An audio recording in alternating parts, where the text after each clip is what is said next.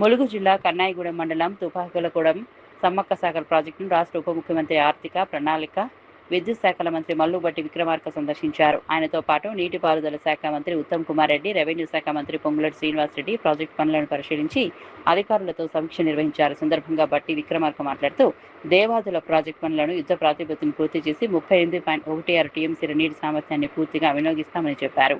ప్రాజెక్టుకు నిధుల కొరత ఉండదని 22 రిజర్వాయర్లను పూర్తి స్థాయిలో నింపి రైతులకు సాగునీరు అందించడమే ప్రభుత్వ లక్ష్యమని తెలిపారు. భూసేకరణను వేగవంతం చేసి పెండింగ్ పనుల్లో ఉన్న అడ్డంకులను తొలగిస్తామని, పెండింగ్ బిల్లులను ఇప్పటికే విడుదల చేసినట్లు వెల్లడించారు.